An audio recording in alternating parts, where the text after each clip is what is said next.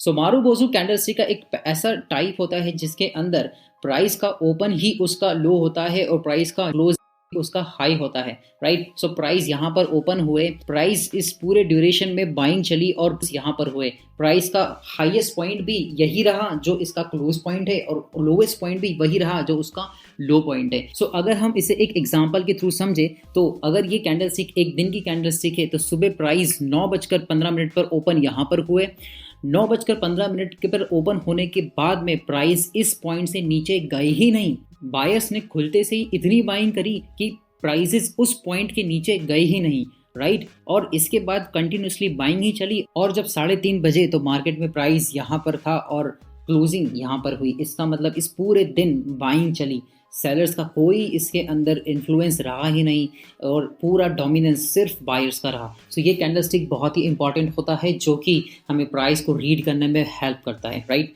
सो क्योंकि ये green colour का है इसका मतलब ओपन इसका नीचे है, क्लोज इसका ऊपर है और ये एक बुलिश मारुबोजू कैंडल है, राइट। सो क्या हम इसी तरीके से बेरिश मारुबोजू कैंडल भी बोल सकते हैं? बिल्कुल बोल सकते हैं। मारुबोजू बेरिश भी होता है, राइट। सो इसका ओपन कहाँ पर होगा? क्योंकि ये बेरिश कैंडल है तो इसका ओपन हमेशा क्लोज से ऊपर होगा, यानी कि ओपन यहाँ पर होगा प्राइस और क्लोज यहाँ पर होगा, राइट। सो जब भी मार्केट ओपन हुआ तो यहाँ हुआ, तो जैसे ही मार्केट ओपन हुआ सेलर्स हावी हो गए, सेलर्स इतना सेल करते गए, इतना सेल करते गए कि एंड ऑफ द सेशन यानी कि 3:30 बजे तक सेलर्स ने सेल किया। इसका मतलब ओपन और हाई इसका सेम रहा और क्लोज और लो इसका सेम रहा, राइट। सो ये एक बेरिश मारुबोजू कैंडल होता है। सो ये बेयर्स की स्ट्रेंथ को शो करता है। सपोज करिए ये पूरे दिन की कैंडल है तो 9:15 से लेकर दिन के 3:30 बजे तक सिर्फ सेलिंग ही हुई है, बायर्स का इसमें कोई इन्फ्लुएंस नहीं रहा और पूरा डोमिनेंस सिर्फ और सिर्फ सेलर्स का रहा है। सो इसे हम बेरिश मारुबोजू कैंडल कहेंगे, राइट। नाउ आगे बढ़ते हैं।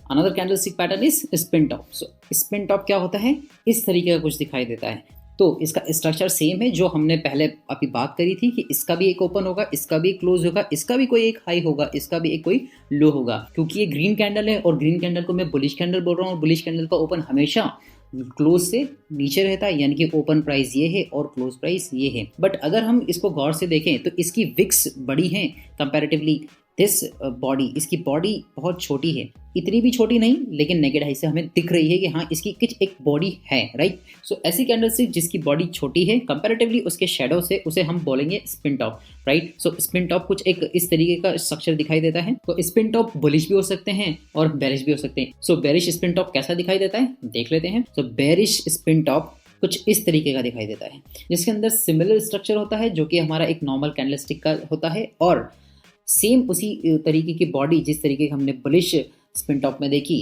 यानी कि छोटी बॉडी कंपैरेटिवली उसके शेडोज को लेकर, राइट। सो एक ऐसी कैंडलस्टिक जिसकी बॉडी छोटी रहती है कंपैरेटिवली उसके विक्स से या उसके शेडोज से और उसका ओपन उसके क्लोज से ऊपर रहता है तो उसे हम बेरिश स्पिन टॉप बोलते हैं, राइट। सो इसका ओपन प्राइस ये है, इसका क्लोज प्राइस ये है, इसका हाई ये रहा, इसका लो ये रहा। बट अगर हम ये देखें कि इसकी बॉडी का फॉर्मेशन काफ़ी छोटा है इसके विक्स से कंपैरिजन में, तो हम इसे एक नाम देंगे जिसका नाम होता है स्पिन टॉप। बट बिकॉज इसका ओपन क्लोज के ऊपर है तो हम इसे बेरिश स्पिन टॉप कहें। सो अभी तक हमने 3 कैंडलस्टिक के टाइप्स देख लिए, एक normal candlestick, second is marubozu and third is spin top. Now हम आगे बढ़ते हैं।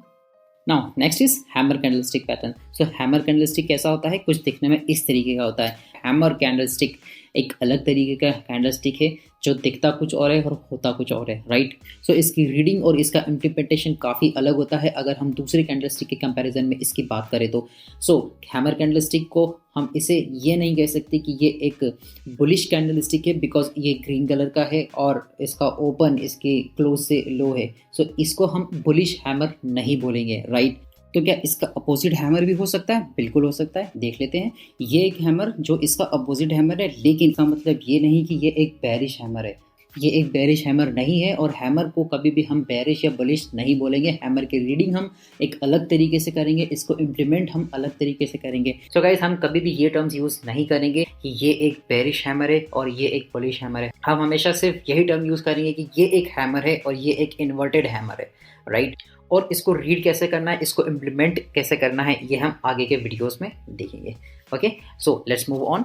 So next candlestick is doji. So doji भी एक कैंडलस्टिक होती है और ये कैसी दिखती है? इन सब में एक चीज कॉमन है गाइस, इसमें एक चीज कॉमन है, इसमें रियल बॉडी नहीं है, राइट। सो ऐसी कैंडलस्टिक जिसके अंदर रियल बॉडी हमें दिखाई नहीं देती, राइट, उसे हम कहते हैं डोजी कैंडलस्टिक। और बॉडी दिखाई न देने का रीजन क्या होता है? उसका रीजन सिर्फ यही होता है कि प्राइस एक ही जगह पर ओपन हुआ और प्राइस उसी जगह पर क्लोज हो गया। अगर किसी डोजी का ओपन और प्राइस और हाई और लो सेम है तो वो सिर्फ एक हॉरिजॉन्टल लाइन की तरह दिखाई देगा, राइट।